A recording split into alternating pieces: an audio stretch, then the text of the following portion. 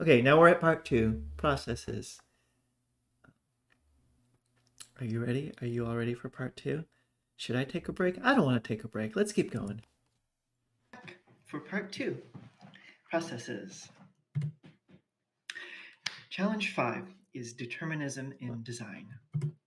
This challenge is about metrics. When I say metric, I am talking about the dozens of design constraints that allow every part of the game to work with every other part.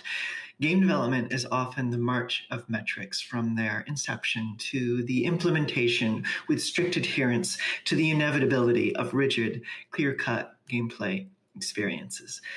There's a determinist quality to it. I had rehearsed that so many times. It's really funny. I have these little moments where I get really theatrical in the presentation, and I find it like kind of adorable, and I absolutely do that in the new talks. Don't worry, you're gonna see on Friday. I have these little moments where I get a little bit arch. It's a me thing. It's how I do. But it's extra funny in here knowing that it's fully scripted and like rehearsed to a T, and remembering that all these little moments of me getting a little bit extra are things that I rehearsed and rehearsed and rehearsed. None of them are spontaneous. But since the Deathloop talk will be a live production with you all, and there's no script on the Deathloop talk, it's not a scripted talk, you'll get genuine moments of me being goofy and extra and weird. Can metrics lead to this kind of design determinism? First, sorry, I get my hair in my mouth. Weird chart. Oh yeah, hair in the mouth. It's such a fucking pain. Yeah, I'm lucky it hasn't happened tonight, but it's constantly getting in my mouth. There it is again. What is the life cycle? Yeah, one take. It's being sent. I'm being streamed in. There's no ability to edit. There's no ability to be like, oh, I want to redo that over. Like, nope, you're recording. It's going into the GDC archive. That's it. You just have to go. Like weird bloopers like this, live with them forever. This is immortalized on YouTube. Thank you. Amazing. I love it. What does a metric look like? Gameplay metrics are born from the work between systems designers and gameplay programmers. These are things like how fast can the NPC move, or how far can they. That's not true, but also I get to it. I'm kind of spinning a yarn at this point. I'm telling a story to make a point, but the reality is, again, it's never this simple. I see. What's their attack range? The gameplay metrics mature into character metrics as they're handed over to the animation team, character artists, and riggers. What is the size of an NPC? How wide is their collision? How far off the ground is their vision cone? Next, bringing the metrics into adulthood, level artists work with the environment artists to give the world a scale that was defined by the character metrics. This asks and answers questions like, how wide is the doorway? How tall is a handrail? What's the floor-to-floor height of a building? Okay, so a little bit closer to reality is a lot of the metrics genuinely do come from the art side. And it's much more collaborative than I'm letting on here. I'm acting like the systems designers are making these decisions in a vacuum, and then the artists do their things, and then, or sorry, the animators do their thing, and the artists are beholden to that. That's not really how it works.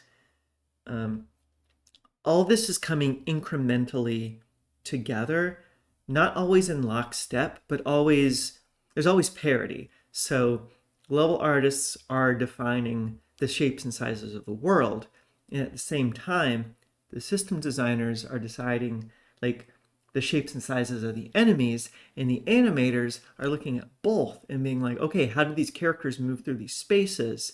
What are these characters' relationships to these spaces, and how they move and how they behave and how they can interact with all the geometry around them? And sure, it's like the interdependencies are tight, but I feel like I'm making it sound a lot worse than it actually is, because I'm trying to make a point. So I'll let younger me make her point, but the reality is that this is not as terrible as I'm trying to make it sound. It's actually a really cool process, and I'm a bit more familiar with it now than I was back when I made this, because I'm just in more meetings now. Yeah, that's my entire life now is meetings. But yeah, let's get back to it. What's the smallest room? What's the smallest a room can be so that X number of NPCs can still move around? Now it's ready for the metrics, which are all grown up, to arrive in the hands of level designers. They follow the metrics to the letter, and job's done, right? Job's done, right? I'm not going to do their voices. I'm gonna do their voices because I'm a goofy nerd and I think this meme is very funny. So let's go. Okay, level designers. I set up my maps with the metrics you asked for. Systems designers. Great, my features work perfectly in the maps now, right?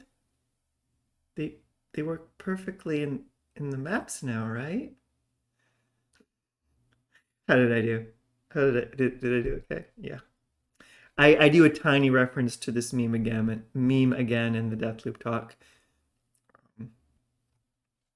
You got to own your own cringe. I mean, come on, just go with it. You can't try to act cooler than you actually are. This is my exact level of cool. I'm sorry. Thank you.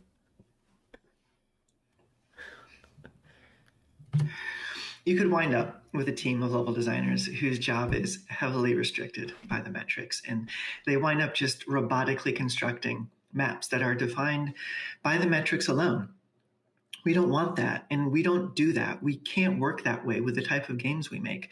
We make messy games with systems that are crashing into each other and a passionate dedication to immersion and world building. There's a balance that has to be reached between what feels best for the player and strict adherence to the metrics that are still needed to make any of our game systems even work. We need flexible metrics. I cover this a little bit in the new talk, but I cover it in like, I don't know, 90 seconds tops. But I mean, it's a much different talk. But yeah, it's it's a tricky topic. But the thing is that it's also kind of none of my business. Like I'm way out of my lane on this subject. This is a topic that yet level designers are like a customer of the metrics, but they're not involved in that process of the creation of them. And the whole point of this is kind of like let level designers give feedback on the metrics. So I get to that point much quicker in the new talk, and I kind of belabor it here because it's kind of like a bugbear. And honestly, this is much more of a bugbear of the lead level designer at the time. He would rant and rant and rant about this topic. That was Yuan Sake. So this is kind of me speaking for him during this. I am a lot more chill about it than he was. I'm like, yeah, cool, metrics. Yeah, it's good. Just do these few simple things. It'll be fine. But back in this era, I was, you know, I was trying to represent his point of view. Anyway, metrics are super cool. And like someone could do an entire talk on just this tiny section of like how metrics are developed and how do you continue to develop them and how they inform art and how they inform animation and how they inform the way the player interacts with spaces. It's a huge topic. You can't know how any of the metrics will work in gameplay until the level designers are using them and testing their limits. Synchronized drinking for enemy vision range may not work with the sightlines the level designers need. The level geometry may require many iterations with gameplay programmers to find the correct metrics for enemy pathfinding. What was really fresh in my mind when I was giving this section was the concept of cover. That was a very new topic in Deathloop. In Dishonored, enemies didn't take cover. In Deathloop, enemies not only did take cover, but it was kind of fundamental to the way that the gunplay worked. And we had also worked on Youngblood. And Youngblood's approach to cover was very different from Deathloop's. I don't want to speak too much for them, for their team, but it was a very different process. But like, to be clear, enemies taking cover in a Wolfenstein game, at least in Youngblood, I don't know if it was exactly the same in the previous games. It was highly curated. It's very curated. Like, it's all designed. Nothing's left up to chance. Nothing is left up to just messy game systems. And in Deathloop, we took the absolute opposite approach. It's all just in the chaos of the game systems. If an enemy is taking cover, it's because the rules say in that context they should take the cover. And it was a lot of work to get this level design and level art team to a place where we could do that competently after like 2 Dishonored games, 3 Dishonored games, and a bunch of DLC where cover just did not exist. So that's also informing a lot of the like stress and anxiety that I'm trying to communicate about this topic, because the cover was all metrics based in Deathloop. You had to follow these metrics to make cover possible, and if you didn't follow them, if the metrics weren't right, the enemies wouldn't take cover. They couldn't find the cover. They're like, I don't see anything in my environment that qualifies as cover, because they don't know what the art looks like. They're just AI. They're just a stupid robot. They're like, does this fit my exact measure in my little robot brain of what a cover is? Yes, no. If no, stand here and get shot in the open. And I think I was also talking here about warning messages. Warning messages are important. They let you know that something is wrong in your game. I love how different the LD felt in Deathloop because of the cover. Yeah, that was a very big process to help the entire team adapt to that style of game. Just we weren't used to it. And I never actually mastered it myself because I switched to campaign design and then I never worked on cover again. So like, yeah, Alexis Dorsey's Mansion, and then maybe another year or 6 months, I don't remember, of work there. Everything about the design of cover like really came into its own after that. So I am absolutely not an authority to be speaking on it. I'll talk about it anyway, because why not? We're all here. Let's talk about it. Tools could be displaying warnings when the metrics are broken, which is good. But this can also stifle experimentation. Design I'm sorry, I'm pausing again because of the chat. Yes, the rooftops in Deathloop are the way they are. So I feel like too much time gets spent talking about how the PvP, and I'm gonna do big air quotes here, hurt the like traditional systemic, immersive sim design of Deathloop. The way our geometry with the rooftop gameplay worked in Deathloop was pushed to the level that it was because of the PvP, because of this multiplayer, because of this cat and mouse game that we wanted the player and their invader to be playing together. That made this relationship between the streets and the rooftop in all of our maps so critical to the level design, and why I think it felt a lot better in Deathloop compared to the previous games. In Dishonored, you're designing this map and you're ultimately point A to point B. Player starts here, their goal is here, there's rooftops, you go up, you go down. It's as we need. It's very based on what we need in the particular story that we're trying to tell. In Deathloop, the story we want to tell is also this chaotic, messy, unpredictable relationship you're having with your invader. So now the rooftops are taking an entirely new meaning in the level design. And I just think it's exciting. I think it's cool.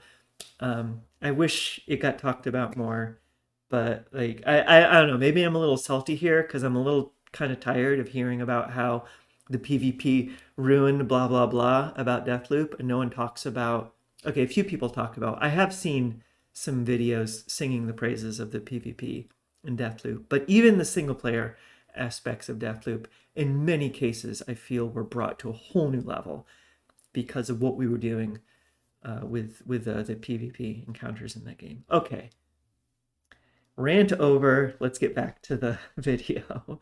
Thank you for bringing that up. Yeah, Like, I'm really happy with how the rooftop gameplay in Deathloop turned out. Rails when trying a new idea. The engine will often put strict limits on how many NPCs can be near the player, but level and narrative design have the player crashing a party. Oh no, the engine says you can only have 5 NPCs at the party. I'm exaggerating. It was more like 15. It's I'm exaggerating for a dramatic impact. PvP is very cool. Reminds me a lot about Hunt Showdown in some way. Yeah, there's a lot of Hunt Showdown fans at Arkane. I'm not one of them. I don't play a lot of multiplayer games myself, but yeah, there's definitely a lot of vocal Hunt Showdown stands in the Arkane team. The interaction range on pickups may be too large for the object density of the maps, making it difficult for the player to target one item over another. Metrics on audio propagation say that. Oh my god, the interaction range thing, that is a constant. That's a constant nightmare. I can't even get into it right now. The ability for the player to be able to be like, oh, that's the thing in the environment I want to interactive, and for that to happen just without friction seamlessly, it's so hard to achieve in environments as dense as we're trying to create. Oh my god, there's so many nightmares about that.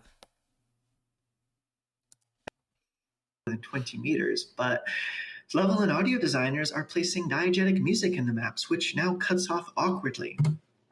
Everything the level artists and environment artists planned could fly to bits when it crashes in. Sorry, I want to tell a stupid story right now. So, in Dishonored 1, there's the loyalists. There's it's after the flooded district. I started work on the loyalist map very late in production. And there's this moment where you have two keys hanging up and they're side by side. That is in no way, shape, or form compatible with the object selection in that game. It could not support two pickups of that size being that close together. But I had this key rack. It's one of our just basic props. It's like a normal thing you see everywhere in the game, and there's keys. And we had a need to give the player two keys in this moment. So obviously, I hope I'm remembering this right. We actually shipped with both keys on the key rack, right? There are two keys on that key rack. Okay, maybe I'm remembering this wrong. Maybe in the end we had to cut one. But for the sake of the story, I actually cheated there. I made it so that the first one that becomes interactive, the other one becomes uninteractive. Because otherwise they would kind of like switch back and forth rapidly and very haphazardly. So like you get the center of the screen just one pixel too far and the other one would select. And it's not a problem because every player is going to pick up both. It's not a problem, but it doesn't feel good.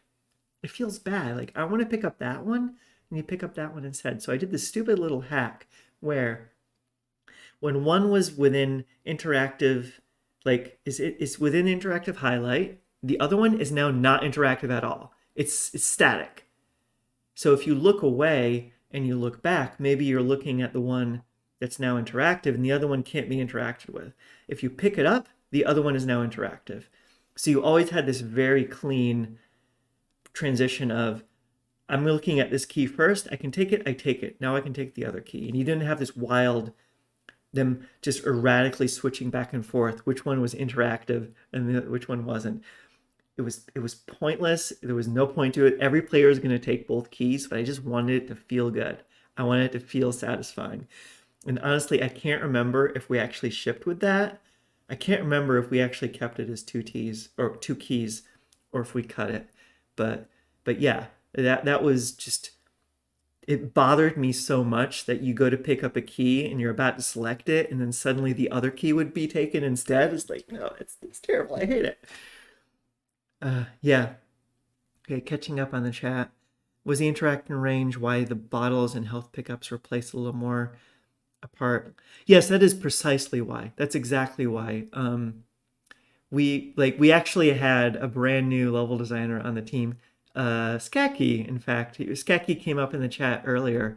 That was one of his earliest tasks, is find every single place where a bottle and a health pickup are too close together and move them farther apart because that feels terrible. You want to quickly pick up a health and you get a bottle instead. That's horrible. We don't like that. So yeah, it took. We thought it might take like a week or something. He did it in like 3 hours. It was cool. It was great. Very. It's a change that I'm happy that we were able to do in a patch. Yep, it's great how you can basically access everywhere without shift and double jump. Oh yeah, the rooftops. Trying to get a coin out of a drawer and just on a two. Oh my god, those coins. Those coins. Someone who had the tallest roof of Adamire, there's only unreachable area without powers. Yeah, we tried to keep everywhere reachable with powers, but inevitably some areas you needed powers to get to. Some delightfully tedious LD work. He apparently had a lot of fun with it. He found it really satisfying. But it helped that he completely agreed with the work. He wasn't like, oh no, you're giving me this terrible task as my first job as a level designer. It was more like, oh, I get to do this cool thing to make the game better. Yeah, please, thank you. Controller player's nightmare. Yes. So close to being rich and the drawer closes. Oh no. Oh, that's right. Yes, what we were supposed to do was when you open a drawer and there's coins inside, you're supposed to then make the drawer not interactive. So you could actually take the coins. But that had to be done on a case by case basis everywhere in the game, and there just wasn't time. There just wasn't a way to do it. We were able to do it with the cash registers, I think, because that was a prefab. So you just do it once and it worked. But for all of the desks and the cabinets, no, that had to have been done by hand, and there was just no way to do it for every single instance in the game. I enjoyed that, to be honest, just on a podcast on somebody is satisfied. Yes. Yeah. Yeah, sometimes just a task like that can be really meditative. You're just going through and fixing the pickups. But yeah, let's get back to the video. Oh, it's fun sharing all these little extra stories. All right, back to the talk. These metrics are a starting point, but for the collaboration to work, both teams need to be flexible. The complexity of the objectives may be too great for the space on the UI. 3 words to explain the next goal may work in 90% of the cases, but sometimes you need more room. Oh god, that little note there about the quest complexity versus UI character limits. We had a rule on Dishonored 2 that whenever you mention a character in the UI, you have to use their entire name. You have to use the full name. Some of these characters had very long names. We also had a character limit. It's not even a character limit. It's called a W limit. So like, is the line longer than this number of W's? So when you're trying to write objective and task texts for pop-ups on the HUD and you're locked in to use the character's full name at every time, and some of these characters have very long names, that can be a little exasperating when you're trying to communicate to the player their task and half of the characters you have in your character budget is the character's name. I think we eventually loosened up on that constraint, but oh my goodness, Anton Sokolov. Like, can we please just call him Sokolov? Everyone knows Sokolov. Can we? We can shorten this. We can get a little bit more room if we just call him Sokolov. Objectives may be too great for the space on the UI. 3 words to explain the next goal may work in 90% of the cases, but sometimes you need more room. To be clear, be as flexible as possible, but some things simply can't change. Character limits on UI elements have to take into account localization. Some languages will need twice as much space. If level designers experiment forever, expecting systems and gameplay programmers to keep up, they won't be able to stabilize the game into a shippable state. As annoying as many of the warnings a level designer will butt up against are, they exist for a reason, and build management will pay the price in hours and sanity for every warning a level designer ignores. Yep. A level designer may want to go wild with massive VFX and sounds that propagate across the entire map, but eventually they'll hit a limit on what the engine can do.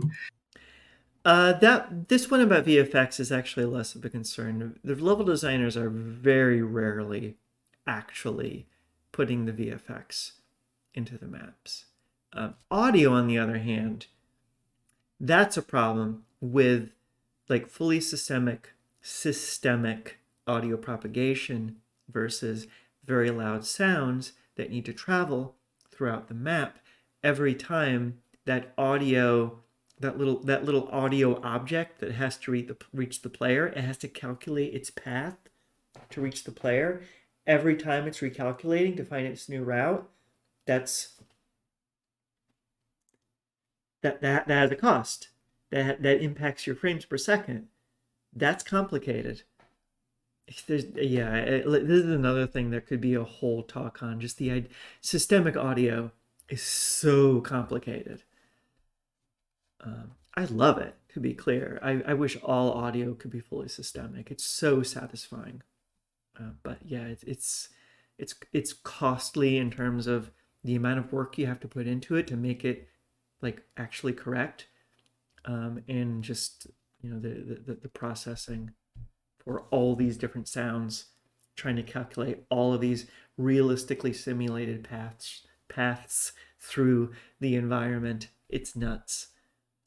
If a level designer requests something as innocent as changing the height of a table, this can cause a domino effect. With hours of rework for animation and character art, these changes must be requested with extreme caution. You probably won't get a second chance if you're wrong. Never request that they change the height of tables. Just don't do it. Just don't. The height of the table is the height of the table is the height of the table. Don't, never ask. Just don't.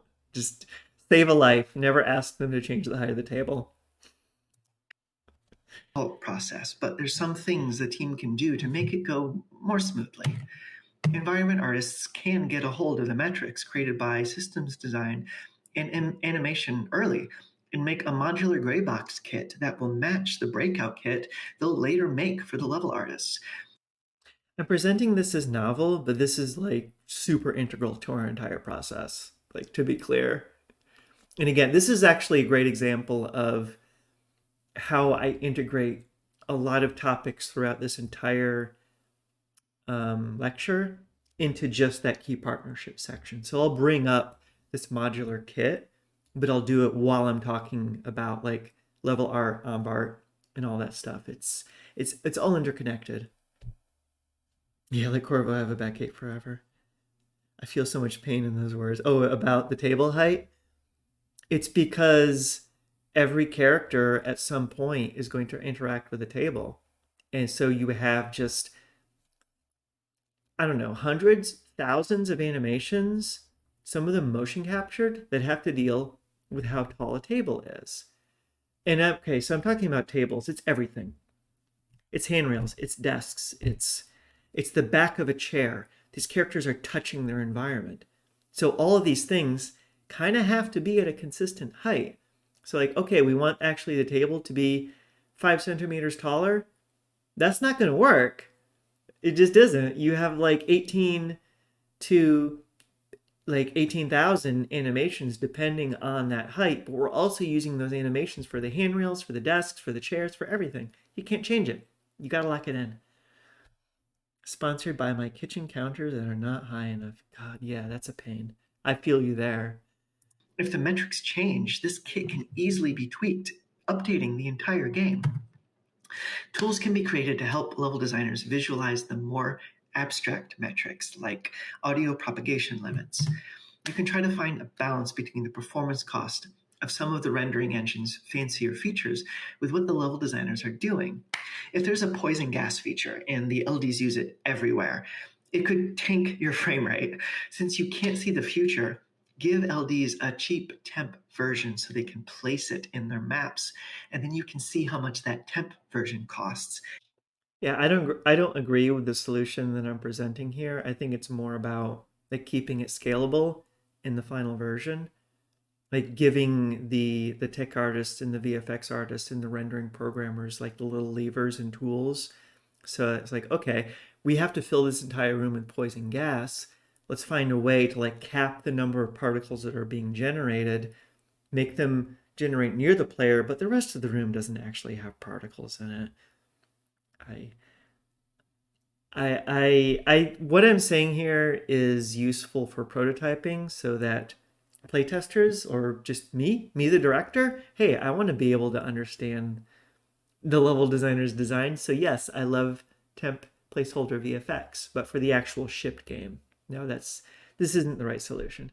But again, I'm speaking from a lack of experience here when I'm saying this. And four. Oh, and though it should go without saying, level designers, yes, please do follow the metrics. Yes, level designers follow the metrics. But when they aren't working, say something. This may sound all over the place.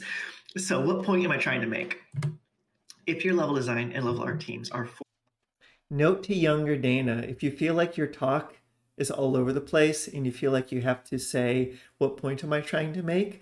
Maybe edit your talk.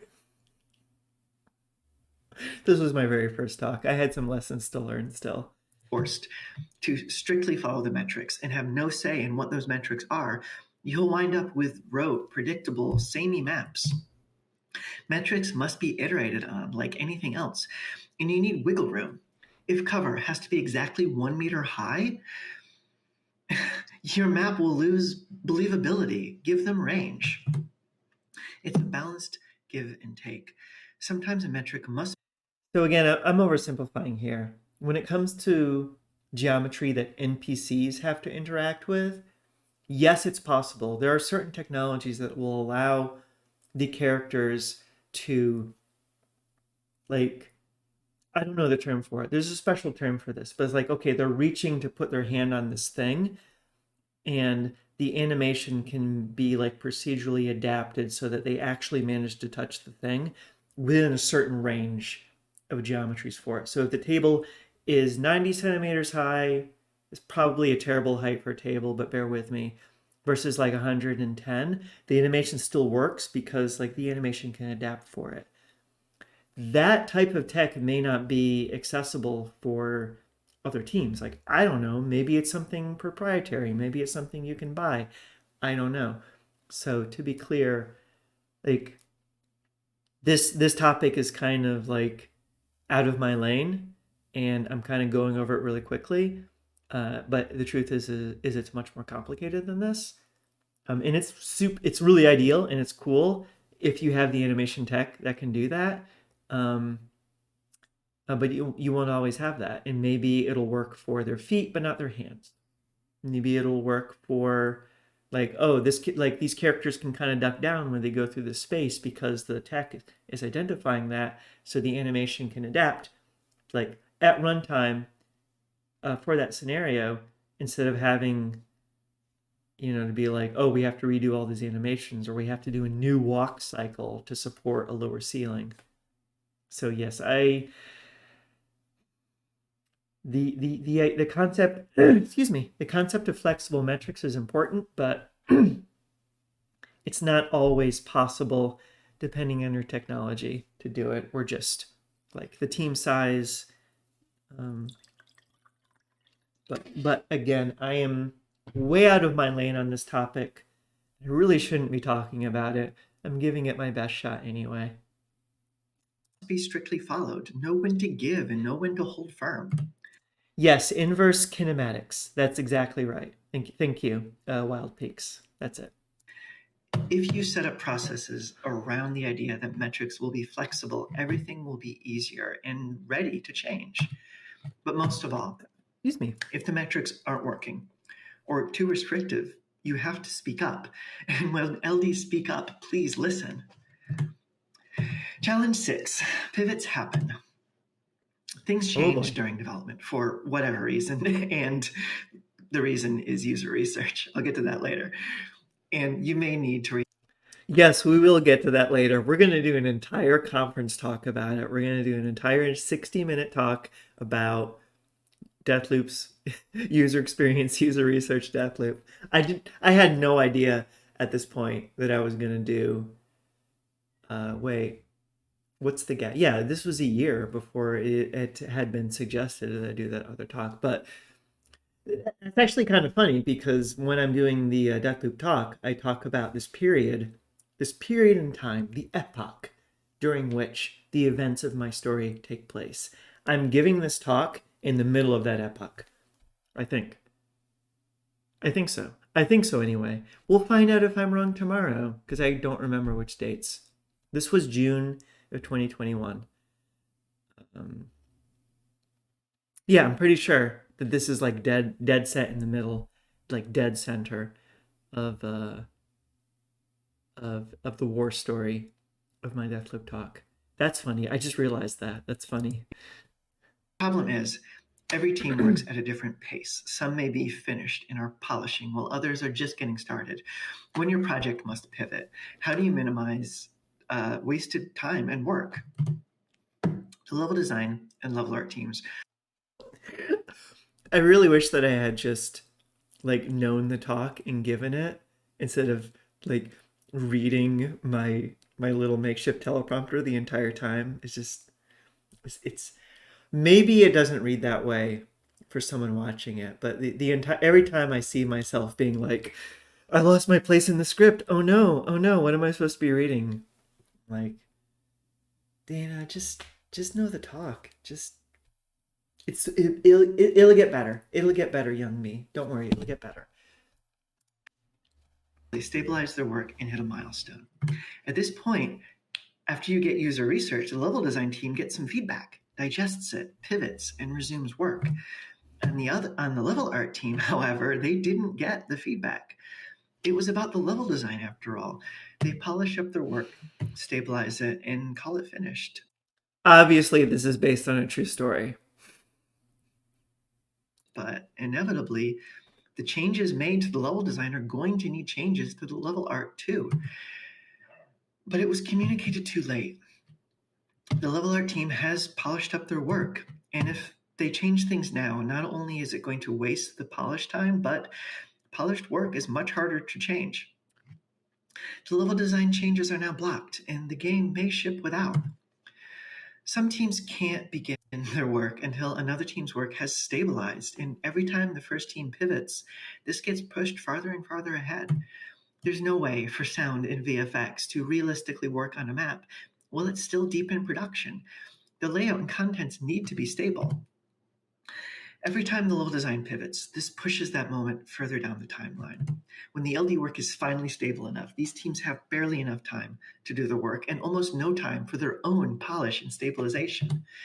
The structure of Yeah, that's still a huge problem. I don't know if any of you in the chat right now have any experience adding like that type of work to a level, but goodness, there's never enough time. And honestly, even there's a lot of art disciplines, like everyone doing all the like final pass on the polish to the art, everyone doing the final pass on the narrative content of the level. You have to wait so late in the game for everything to have stabilized on the level design and the level art side, and there's just never enough time. It's really tough. different, making syncing up iteration impossible. Features are often developed one at a time and can be delivered to level designers very late.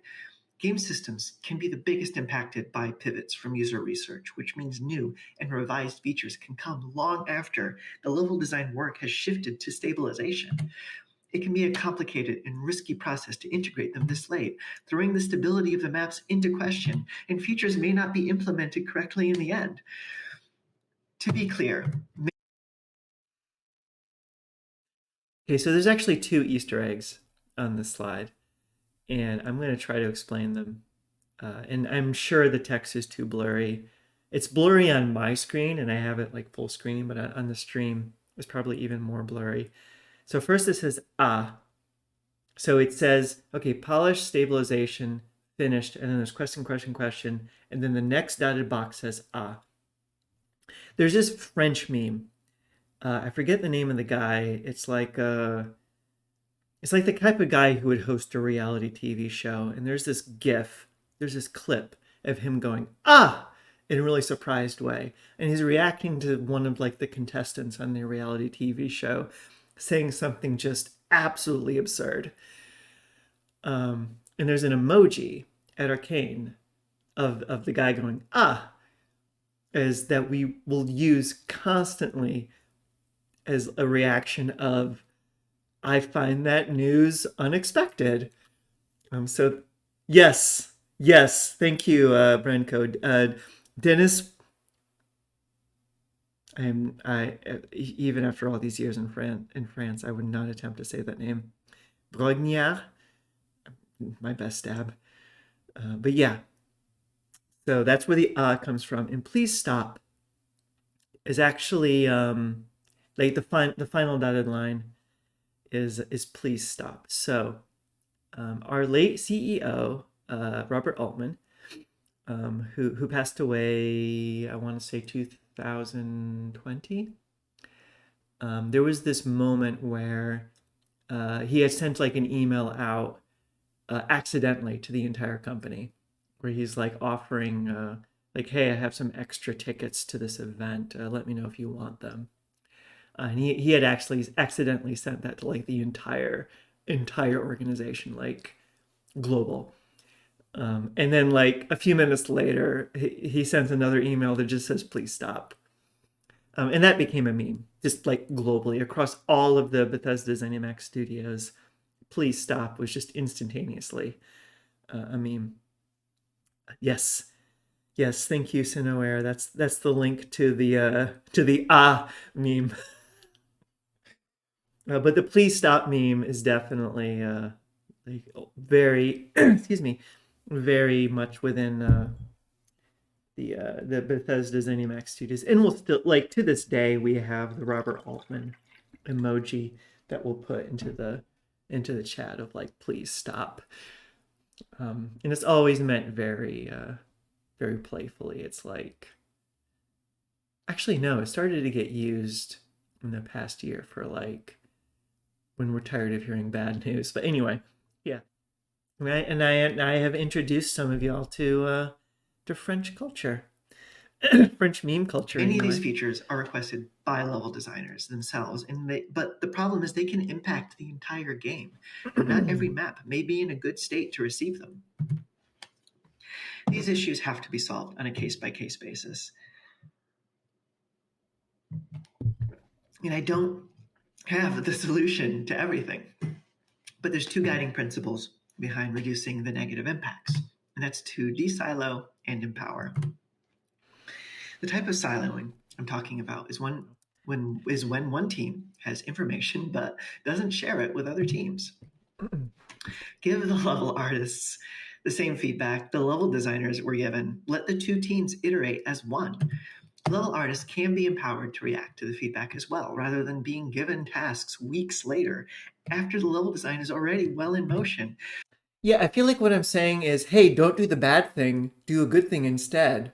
But I'm not actually talking about how to actually do the good thing or talking about what leads to the bad thing happening. Because obviously, we all want to do it this way. Obviously, no one sets out to do it the bad way. And I don't explore the scenario that gives rise to the bad way, nor do I present a course of action that can lead to doing it the good way. So, little rant there, but I am not happy with this part of the talk. It is not easy. It takes tremendous amount of coordination to keep teams this size in sync. Ask any producer. Yeah, no shit. Miscommunication and wasted work will still happen, but iterating together is always worth the effort. The level design team can be empowered to populate their maps with sound and VFX early through a library of placeholder assets. And again, this is a good idea. This definitely helps with prototyping. It does not solve the problem at all of what I'm talking about here. The placeholder sound and VFX that a level designer can add to their map early on, tremendous value to prototyping, to feedback, to playtest, to user research, to every aspect of the production. It does not address the problem that I'm bringing up on this slide. Can help level designers get their ideas validated by presenting them more concretely. If needed, more temp assets can be created as the LD team reacts to feedback. But of course, remember, a placeholder must be unshippable or it may ship. There are so many wonderful threads on Twitter about placeholder assets that shipped. I have my own story about this. Do I give it in the talk? I don't remember. This was an almost shipped. An almost shipped. I think I talked about this during the old Deathloop streams, where there were like some signs in the flooded district that I made myself in Microsoft Paint, and those almost shipped because they just looked almost good enough. The Apprentice Assassins in Death of the Outsider. Yeah, that was a temp skin. That was thrown together like in 5 minutes by the lead LD of like, hey, we want a different coloration for the Apprentice Assassins. It could look almost like this. And then it shipped. Because it was fine. It was good enough. Yeah, it's fine. It's good enough. Yeah, the street sign. Yeah. I mean, to be fair, it was fine. Like that temp skin, like it's fine. But my MS Paint street signs in for Flooded District, those were not fit to ship. Those are pixely as shit. I never was able to find the old screenshots of those signs or the old assets. I looked, but yeah, that's a fun story. But yeah, like I was saying before, yes, it's really important and useful for level designers to have placeholder sound effects and VFX to use in their maps. It does not solve this problem at all. For VFX and sound designers to work directly in the maps. The maps are already populated by temp assets, which we need a PS1 demake of Dishonored 1 is what we need. Dramatically decreases the workloads on all of these teams and gives them a much clearer idea of the scope and variety of work ahead. Kickoff meetings at the start of a feature's development keep everyone in the loop. I remember Sashka shared a story about Grumpy Star. What's the story about Grumpy Star? Sashka was the narrative designer of Dishonored 2 and Death of the Outsider, for those who don't know. Placeholder for guards barks, but text-to-speech made into the game. Oh no! Was that in Dishonored 2? Placeholder for guards barks, but text... Which one? I know that happened recently in a game release where that's just something that happens. It slips through. Oh, I think I remember that now. Yeah, there was a text to speech that shipped. It happens. Yeah, you have just thousands of TTS lines in the game. Okay, I'm not going to click on that link during the stream, but the other viewers can take a look at it. Thank you for that story. It happens. Early, de-siloing this information. They can start working with the map owners to prepare for each feature's arrival. The level design team is then empowered to have their maps ready as soon as the feature arrives. Ideally, of course. You can't anticipate everything, and many features come very late. You do what you can. On top of all of that, a powerful tool to help the whole team, my slide spoils it, pivot, de-silo, and empower our strike teams.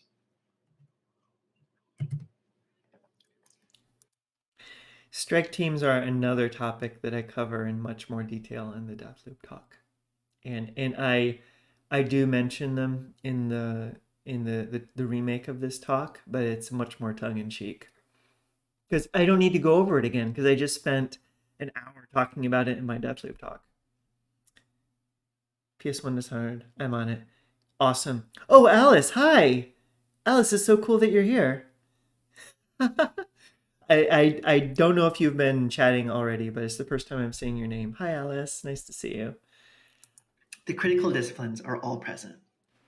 In my example, I use our recent onboarding strike team. You have to keep it light and agile for it to work. If the entire studio is on the strike team, it's not a strike team.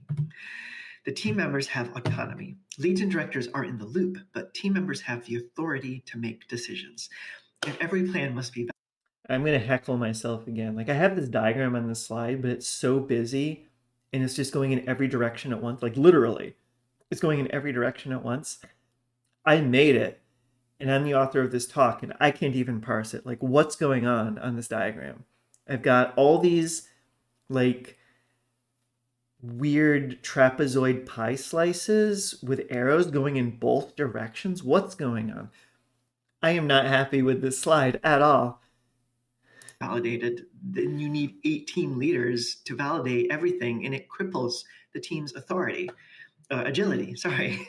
And it must involve. That was a Freudian slip. Authority. Yeah. Strike teams are all about authority. That's and that's kind of like the tongue-in-cheek way I work it in to the new version of the talk. But yes, strike teams kind of have they have a level of authority that is like a little bit above the regular studio like organizational structure. Like if the strike team says we're doing this, do it by this date, that is actually like that takes precedence over what like your own lead is saying. So yeah, strike teams are a pretty big deal. They are very rarely formed. They're formed to like confront a crisis, which is why they're critical to my Deathloop talk, because that whole talk is about a crisis. I just think it's funny that I accidentally said authority there, which is exactly what I was thinking. Empowerment of autonomy means increased accountability, and everything you decide will impact other teams. That's true. There's no single solution, it's just communication. No team's partnerships are identical. The challenges to each will be unique. You need custom solutions. If you de-silo your work, you can empower other teams to be ready to receive it as soon as it's available, to get their work in a much better state, to begin your pass on it. And of course, trust in the power of strike teams, but remember, it has to be lean and autonomous. Challenge 7, markup and sunk costs. Features that require markup. That is, I am, of course, being a little silly right now, and also I'm in total wine ant mode. We can't see how much of this I've had. I'm up to the where it says Italia. That's how much I've had so far. So we're not halfway through the bottle, but I've had enough that allows me to be incredibly silly sometimes. Are you the Deb of Hyperbeast? Hyperbeat. Oh, is that a question for Alice? Yes. Silly. Yeah, I'm silly. Okay, so markup sinks your cost. Let's go. by hand, in every instance, are very common. And it's common across the industry. It's something many development teams will face. Arkane works very hard to require as little markup as possible, but it's extremely complicated to You've been ID'd, Alice. You're a celebrity. achieve. That is because in some cases, markup is design work. Like if you're defining a zone, a certain enemy cannot exit, so they won't chase the player across the entire map. But in others, it is simply Those are called tether volumes. telling the game what exists so it can interpret the data in a certain way, like marking spaces as under a table so that enemies can shout, "She's hiding under the table." That's actually super cool. That's the system that we had in Dishonored 2. It was way too much work, and we haven't revisited it again. But the ability to tag the spaces like that and have that integrate with the character's barks was really neat. I wish we could have done it more. Um, I'd love to explore it again. So I'm being a bit salty here when I'm talking about it, but like genuinely, it's a super cool. It's a very neat thing for the player to experience. But yeah, it's a lot of work to set up. It's even why I like Twitch. People are more relaxed when there's no time limit. Yeah, I'm just we're almost to 3 hours. My throat, I'm not used to talking a lot, so like I mean, this is also the end of the day, and like I said earlier, I spend most of my days in meetings, so my voice is already a bit worn out. But yeah, we're at 45 minutes in the talk, so we've got 15 minutes to go. But yeah, I'm having fun, and I hope you're all having fun too. What does markup or lack of markup do to level design? In Dishonored 1, sorry, I'm getting tired. In Dishonored 1, we had a blink power, a short range teleport. It required basically no markup. We occasionally needed to tweak the collisions a bit by hand to get it to work perfectly on a critical path, but for the most part, it just worked. By blink required. And also, when you're tweaking the collisions to work better with blink, it's going to help the collisions for every scenario. Like collisions that were good for blink are good for everything. So it never felt like wasted work. Like, oh, blink isn't working well here. Okay, let's fix that. And now it's magically better for literally everything. Cleaner collisions are just always better. No markup, that's time the level designers can design. Death of the Outsider had the displace ability, which allowed our protagonist to place potential versions of herself representing alternate realities and then switch between them at will. Yeah, it was complicated. Because an NPC was involved, we had Complicated and really cool. Displace is such a cool power. to put nav mesh everywhere the player could potentially go. This represented a small markup cost, but it wasn't design work. It was just dropping data in where it fit. What's something that requires a map? So that door, if you played Death of the Outsider, you played the bank, you probably know what I'm talking about. That door. So you've got this corridor, you have this entire vignette that I designed around getting the player into a room where the floor is electrified. I designed a solution to that. I thought I was very clever. I thought I was being very cool. I thought I was a smart level designer in the solution I designed. And then every player would try to use the displace ability on the top of that door. And I'm like, wow, these players are smarter than me. They're smarter than me. That's actually a really clever solution. I'm going to support it. So I had to find a way to build nav mesh on the top of the door so that players could use that door as their little exploit to skip the clever puzzle that I felt so proud of designing. And you know what? Say yes to the player. Best teleportation ability, fight me. Yeah, I agree. Thank you. I'm trying to disappoint. Yeah. If I remember it. That was an intentional solution. No, that was something I was just seeing players do, and I'm just like, wow, actually that's super legit. I want to because we had to do a markup to make that possible. So I could have been all high and mighty, been all hoity-toity and be like, no, player, that's not the desired solution. You have to find the correct way to solve the puzzle. But no, that's boring. Oh, players want to solve it by using displace on the top of the door. Yeah, let them do it. Go for it. But yeah, that all of the solutions that involve displace, we had to actually author by hand. Massive amount of markup, but straddles the line between interpreting existing data and design work. Enemies don't take cover during combat unless there's data telling them where they can go and what they can do when they're there. You could build tools to have the LD hand place each cover point, which gives them absolute control over every combat encounter. But this is incredibly time consuming, and it makes it very difficult to change the map's layout later. I'm talking about Wolfenstein Youngblood here.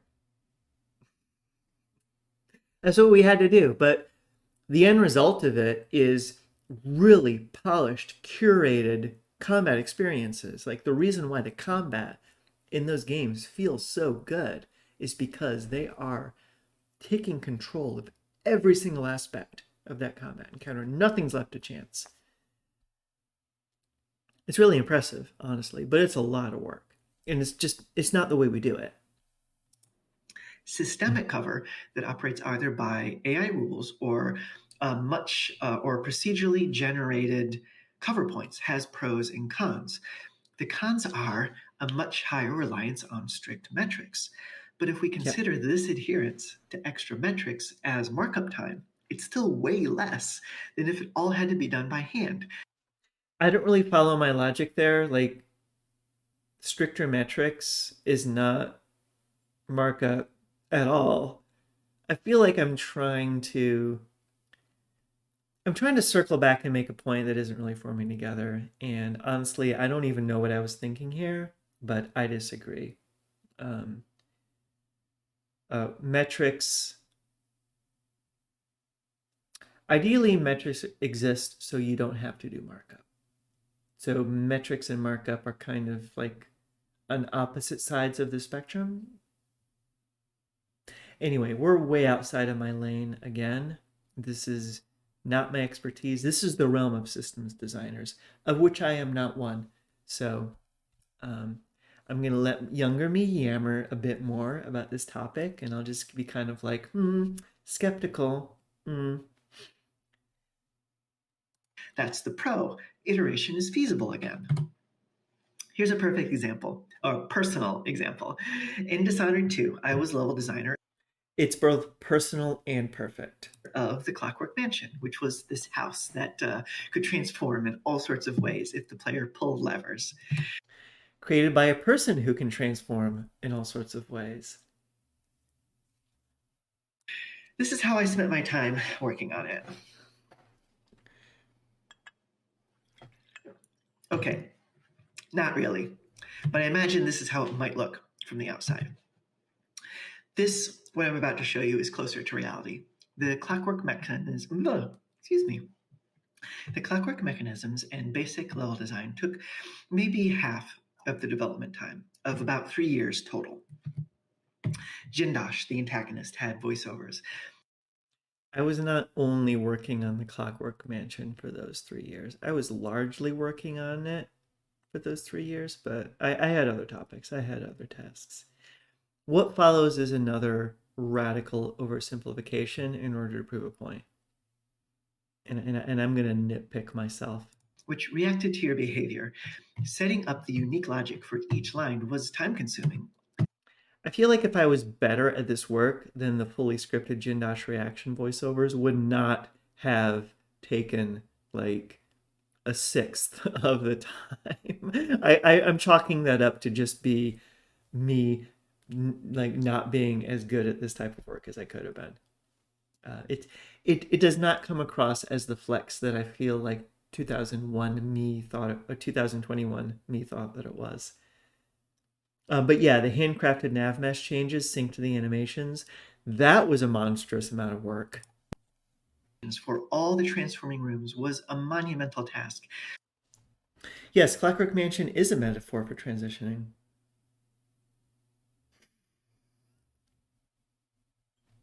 I will not elaborate further. Nav mesh was procedurally generated. Making the audio propagation work at all took.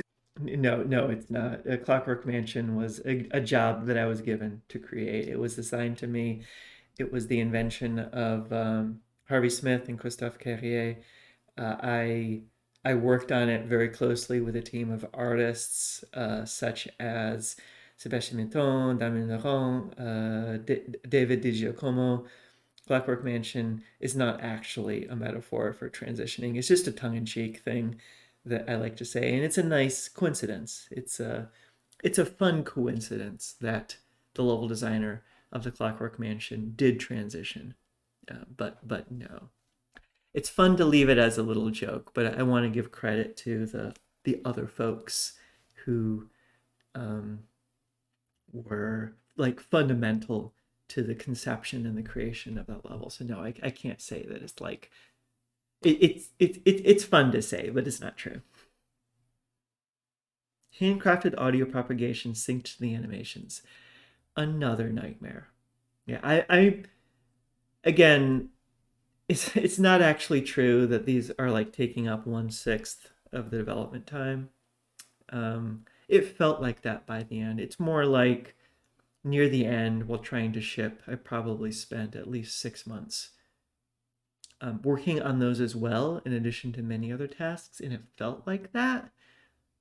It was a ton of work. It was it was grueling work, it was stressful work, it was really like finicky work, it was like really hard to tune, really hard to tweak. um but no, this chart isn't accurate. It's a goofy pie chart made by a goofy person being goofy. Maybe the transformations themselves, it was 100% markup, and the tools I needed to use were tricky to handle. Could it have gone differently? Sure, but at that moment, this is what I had to work with, so I worked with it. I'd like to clarify what I mean by sunk cost. I should have clarified what I meant by sunk cost as soon as I said sunk cost. Note for future self, do that. Oops, unpause. Let's go. Usually it means time or money that you can't get back.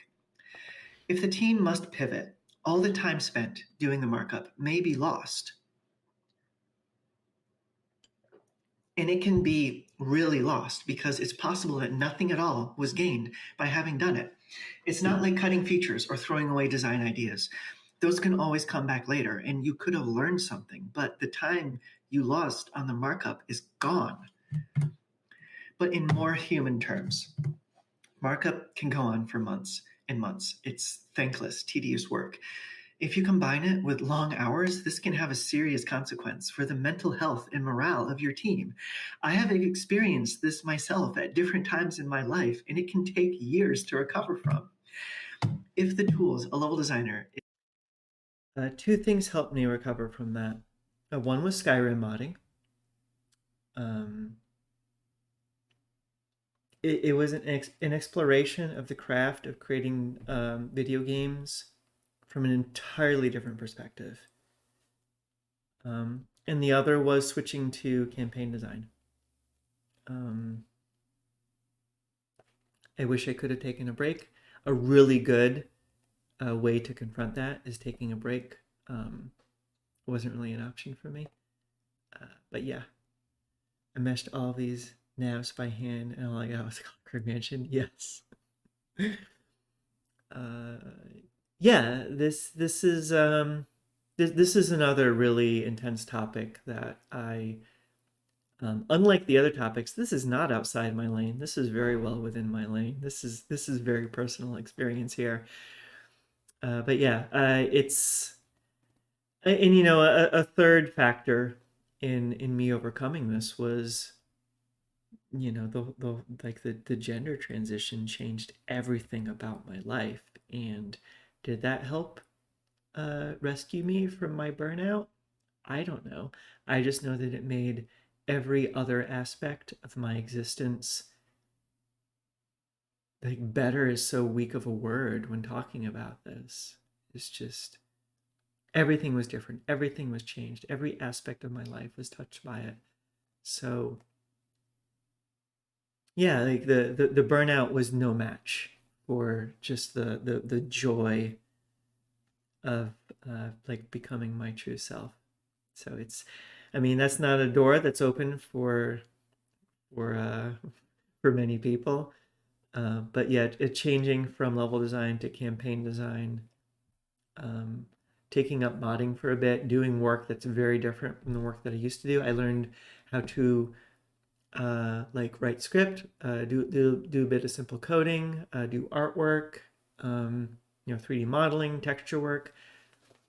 It helped me rediscover my love for the medium. As far as the RSI, I still suffer from it. It's kind of a, you know, it's the type of industry. Ha, that's another Freudian slip. It's the type of injury that never quite goes away. But a little stress ball can help. Taking breaks help. More ergonomic setup can help. It's really important. Don't let that become like the type of thing where it's like, oh, this is hurting me now, but it's okay. I'll take a break later. Take a break later.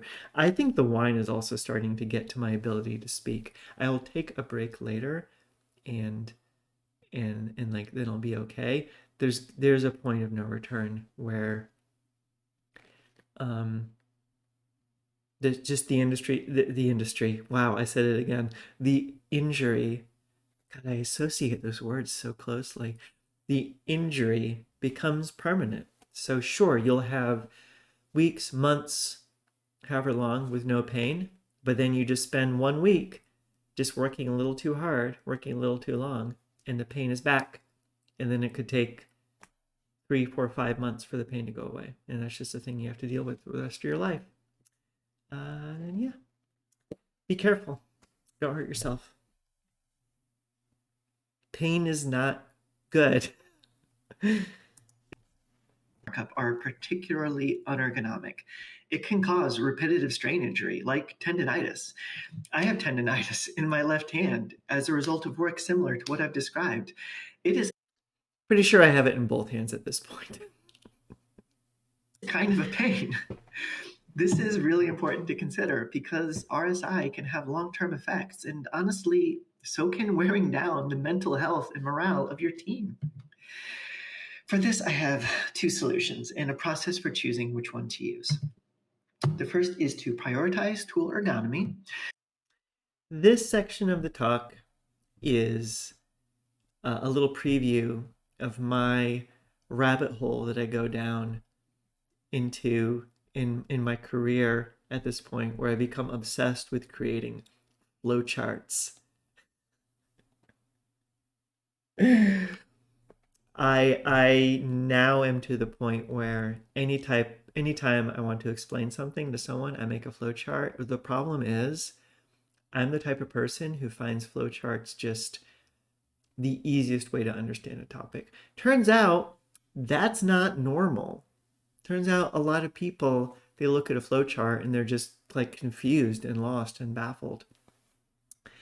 Go figure. I have a weird brain. But yeah, this section is me kind of cracking my egg of like, wow, flowcharts are cool.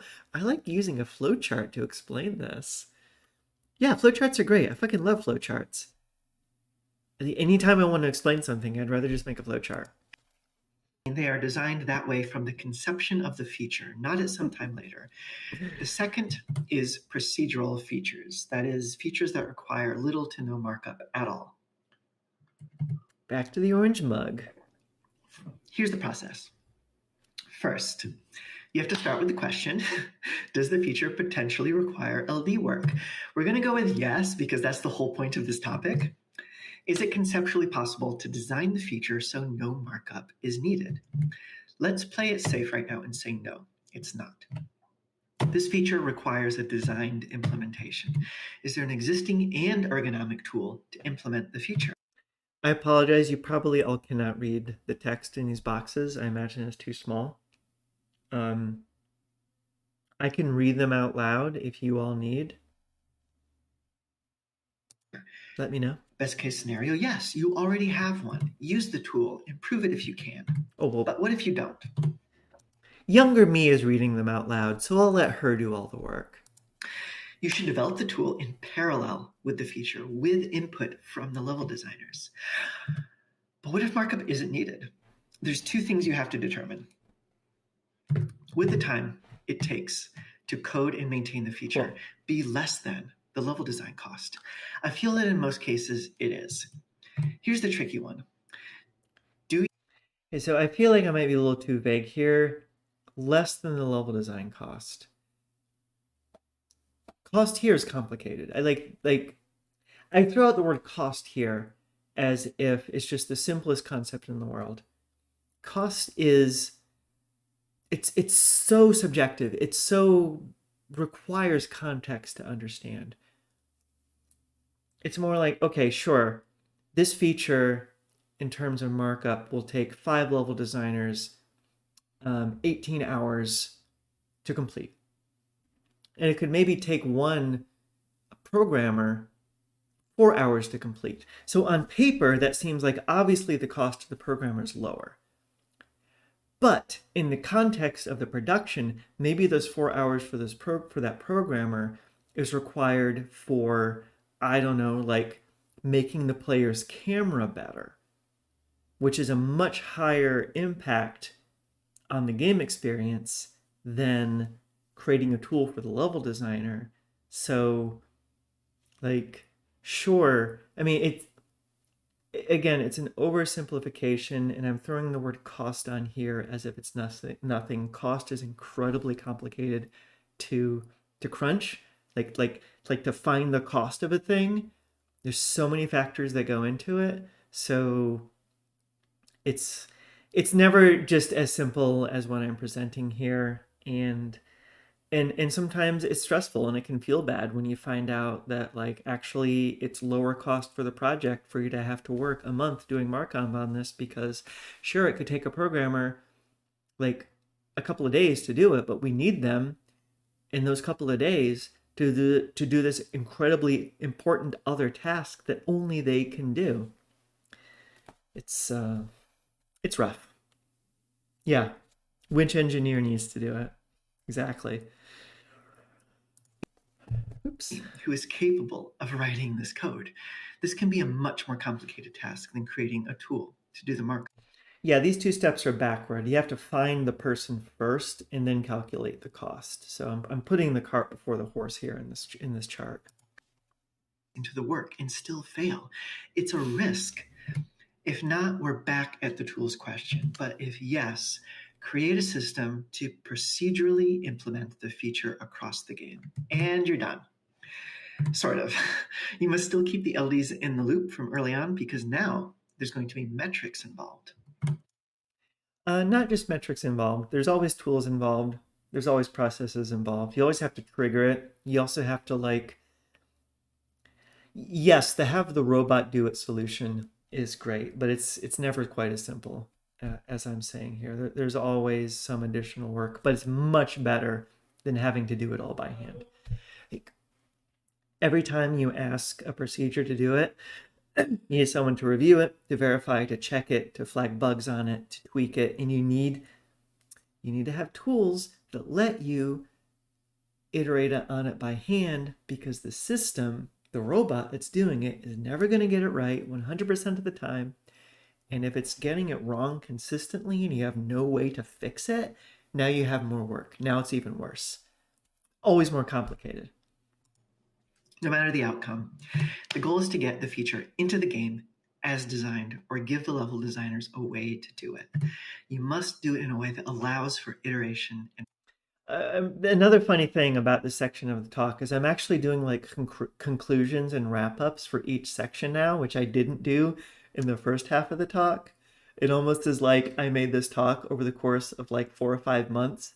And as I got closer to the end, I realized that, oh, wait, talks are supposed to have conclusions. I'm supposed to like follow the tell them what you're going to tell them what you told them format that we learned in fourth grade, or at least I learned in fourth grade.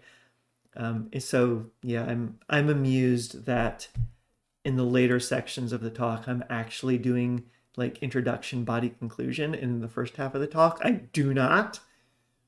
And it's like probably because I figured out that that's a good thing to do, and then I just never went back to the first sections to do that. you need to avoid wearing down your level design team on repetitive tasks that take months to complete and blocks their ability to pivot. And you need ergonomic tools that protect the mental health and the tendons of your level designers. Last challenge, number 8. And my clock has stopped, so I have no idea how much time I have left. Oh well, let's keep going. Game development is My clock has stopped? I do not know what happened here. That sounds scary. too much information. The solution is documentation. Too bad the solution is also a challenge. We can do better than that, but some details first. A lot of information flows. I'm one of those annoying designers that actually loves documentation. And this whole section is me kind of like putting some of my peers on blast to be like, why don't you love documentation as much as me? Documentation is so cool. It's so interesting. It's an entire like discipline unto itself. The creation and the maintenance of docs is just. Clock stopped? Yeah, the outsider must be about to appear. Or it could be a photon. Documentation brings order to chaos. It's great. Or it could bring chaos to order.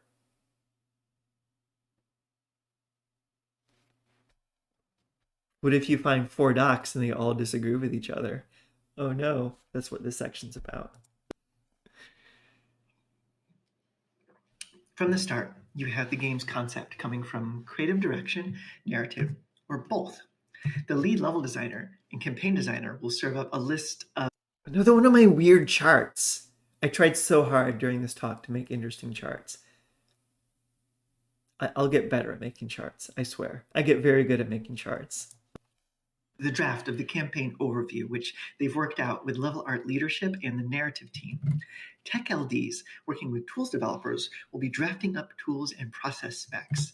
The systems designers will begin to produce vast quantities of writing about features details and metrics. The level and environment art teams will also begin to deliver metrics about the sizes and shapes of everything they're going to be using. From there, level designers must document their brainstorms and prototypes. And then, as the LDs build their maps, they need to begin to write down all of the map details. And then they should also write up the question vignette details. But there's more. Different stages of a project's life require different types of documentation. During the brainstorming phase, docs can and should be loose and messy. It's the designer's notebook. It's also an archive. Nothing here should be thrown away. Browsing through your old ideas is a great way to get new ones or find one to resurrect. Documentation for production is a massive library of detailed specs for every topic in the game. I've heard it described as the single source of truth. It has to be rigorously guarded against redundancy and obsolete information. Someone has been attending Scrum training. Content must be clearly labeled or deleted. Out-of-date specs must be updated or deleted. Documentation suitable for shipping is an entirely different beast and often not written by the designers, but requires their help to do so. It must be lean and holistic, with information pertinent to QA, to producers, to external organizations. So in addition to all of the work discussed in the last 7 sections, level designers also need to take time out of their week on a regular basis to create and maintain their docs. So I don't remember what I'm going to say next in this talk, but I'm pretty sure that I do not solve any of the problems that is outlined, because it's been almost 3 years and I still feel like I haven't solved them. The fact is, a lot of designers just hate doing docs. Or some of them love them. We seem to fall in 2 camps: designers who love docs and love doing documentations, and the ones who would rather be doing literally anything else. So I do not remember what I'm about to propose, but I have a feeling that it doesn't solve the problem. What do we do? We're going to treat documentation as game development.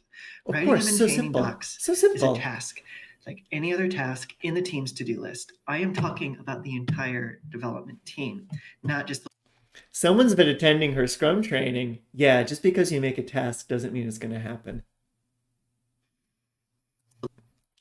level designers need up-to-date documentation on metrics. Getting out-of-date information is a hazard.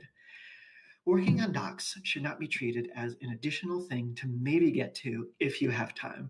It's a task with a workflow and reviews like everything else. I am definitely someone at this point where my docs are something that I maybe get to if I have time. The difference is that I feel like really guilty and terrible if I don't have time, and then I'll find time somehow.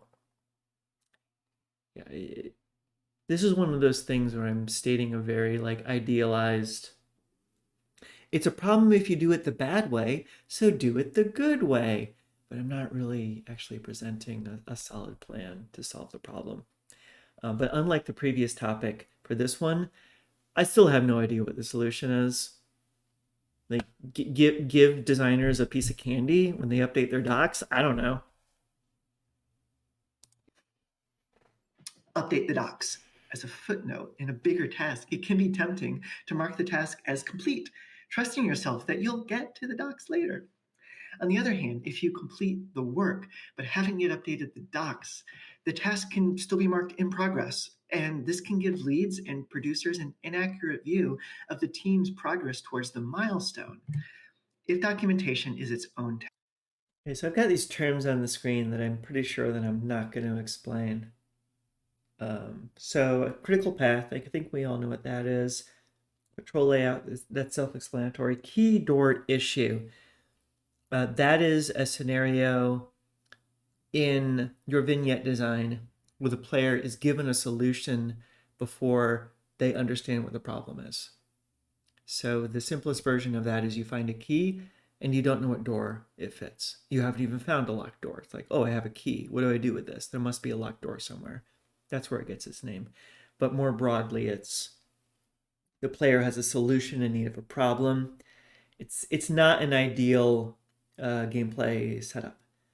So we try to fix those when we can. It's not always possible. We have very non-linear layouts. Sometimes you're gonna find the solution before you find the problem. But if we can correct them, we can. White Rabbit, that is a piece of content. It could be anything that prompts curiosity. That is the player being like, "Oh, what's this about? Let me see what's over there." Maybe it's they hear a conversation in the distance. Maybe they see a light in the window. Maybe they see a trail of something on the ground leading them in a direction. Really could be anything. But structurally, it is what is inviting the player to indulge their curiosity. We ease these problems. Time is allotted to it.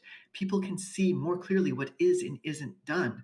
A team member who is blocked until your work in the game's data is finished will be happy to see that that task is now complete. And your lead, producer, and QA will be happy to see when the docs task is complete.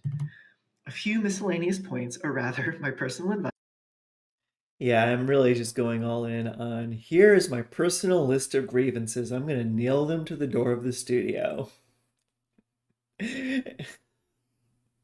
Was that a religious joke? I think that was a religious joke. Spends a lot of time of her day writing docs. You can tell I'm very passionate about this topic. Yeah. Docs should always know who the owner of what is. No doc can cover everything. People The doc should also label who the owner of the doc is. Who wrote this doc? Oh no, nobody knows. They didn't say. Yeah, it happens. need to know who to ask. Even if someone is maintaining the docs, you need tasks to review them and point out errors. I do a lot of doc work for the campaign. I have a pretty clear overview, but it's extremely helpful to have level designers come in, look at the details, and note where I've made a mistake. Redundancy is a surefire way to get misleading docs. You need things like data boxes that exist on multiple pages and only need to be updated once. Old stuff. That's a dream. That's me pitching a dream. That's not something that ever actually happened. I don't know what I was thinking that that was a thing that we were going to do. To keep, but it should be moved to an archive. It is a pain when you search and half the results are from cut features. Know when to collate certain types of information into a single God, this is so painful for me because none of these things are problems that we've solved. These are all still happening all the time. doc. It's mind numbing to have to search through 50 features pages to find the metrics you need. And the most critical point, do you want good bugs? Bugs that are accurate, relevant, and thorough? Testing teams cannot do this without good documentation. Okay, we're almost done. Like I said earlier, if you know someone in QA, first ask them if they would be okay with a hug. Consent is important, and then give them a hug because QA folks need a hug. We put them through a lot, and a lot of what we put them through is avoidable, but also it's a lot of work. Good docs are really important for QA. Flexible metrics can save you from determinism in game design, freeing outcomes through an attentive give and take between teams. Key partnerships must be empowering one another to pivot rather than siloing work and racing to the finish line.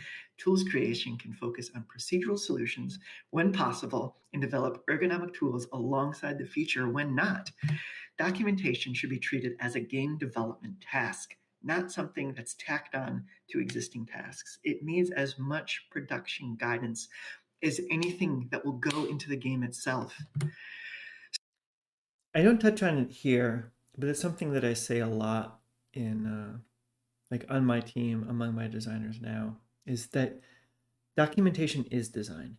Documentation is not something that happens after design. It's not a record of your design. Um, it's not the busy work that you have to do because you're a designer. Documentation is design. You can have an idea. You can create it in a game. You can build a type like all sorts of tech, systems, data, logic, scripting, code, whatever. You're creating all that. It's not design until it's been documented. The documentation is the design. That's the record. That's the intentionality. That's as a designer, my goal is this. This is how I plan to achieve it. Here's the prototype. Here's the information. The documentation is the design.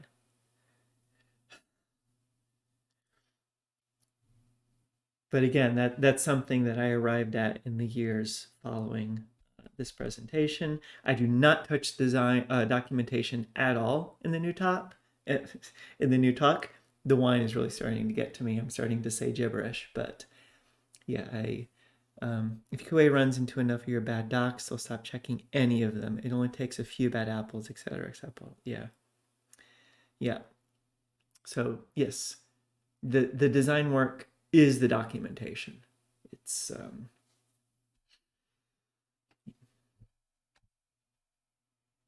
So let's finish. We're almost done. That's 2 more minutes. 9 solutions to 8 challenges. As I think you've noticed, it's a lot of hard work and involves nearly everyone on the team. And I couldn't even get into topics like recruitment, the impact of marketing, user research, all the ways that we... Oh, we'll get into user research. We'll not get into the others at all. Depend on producers and build management, and I barely scratched the surface concerning QA. But I think this is a good start. And it's a crime, actually. I should have spent much more time on build management and QA. Can lead to discussions your team can have on how your entire studio can work together to create great level design. But GDC Talks are a studio and friendships-wide effort. So thank all of you. Alice, your name is here. Do you remember giving me advice on this talk?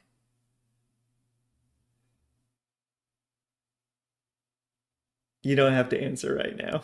For taking the time to help me with this, especially while we're trying to get Deathloop out the door.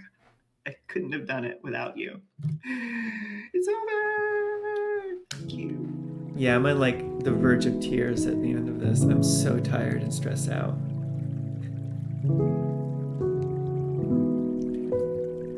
Yay! So many of you stuck with it. I saw the numbers fluctuating through the whole thing, so I don't know. Oops, no, is this looping? It's literally looping. No, we're not gonna let it loop. We're gonna turn that off. And we're just gonna have this black thing over here, but I'm gonna stay and chill a bit. Yeah, that's like just like a stock public domain piece of music that I stuck on there. You'll only catch a bit. I'll definitely catch it on YouTube. Yeah, I will probably want to review it before I put it on YouTube. I might self-censor a little. We'll see how I'm feeling. I might just say like, fuck it, whatever. I said what I said. Go for it. Put it on YouTube. That's probably what I'll do. Oh, thank you, Sinoware.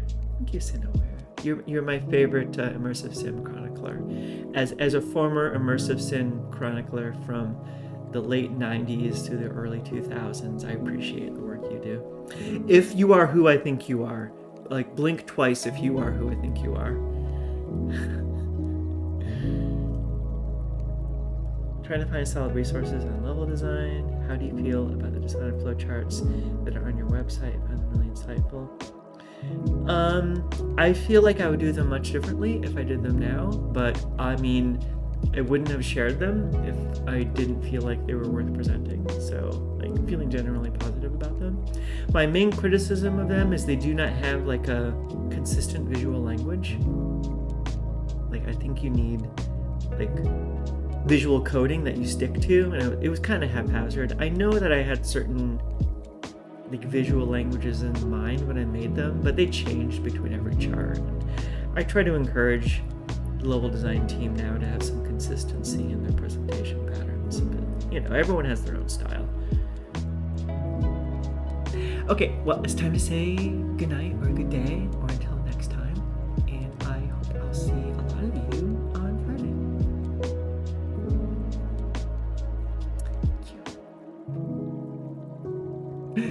Bye, everybody. Good night. Good night. Good night. Bye-bye. Bye-bye. You're welcome. Bye, everyone. You're welcome. Bye. All right, I'm going to click end stream now. Bye.